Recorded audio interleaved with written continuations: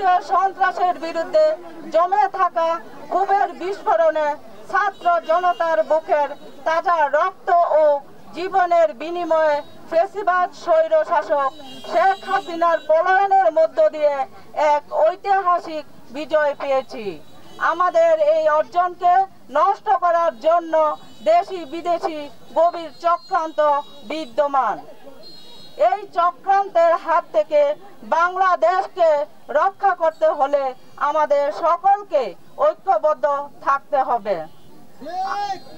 আমি পরিষ্কার ভাষায় হুঁশিয়ার করে বলে দিচ্ছি, 5ই আগস্টের পর যারা দলের নাম ভাঙিয়ে সন্ত্রাস ও চাঁদাবাজি সহ বিভিন্ন অপরাধমূলক কার্যকলাপ চালিয়ে যাচ্ছেন তাদেরকে আমরা ছাড় দিব না।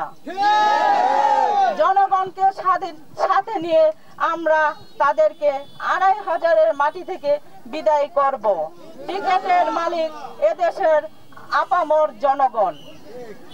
আপনারা যার কাছে আপনাদের জানমাল নিরাপদ মনে করবেন, আমাদের বিএনপির ভারপ্রাপ্ত চেয়ারম্যান জনাব তারেক রহমান তার হাতে টিকিট তুলে দিবেন। কোন সন্ত্রাস চাঁদাবাজ বিতর্কিত ব্যক্তি বিএনপির মনোনয়ন পাবে না।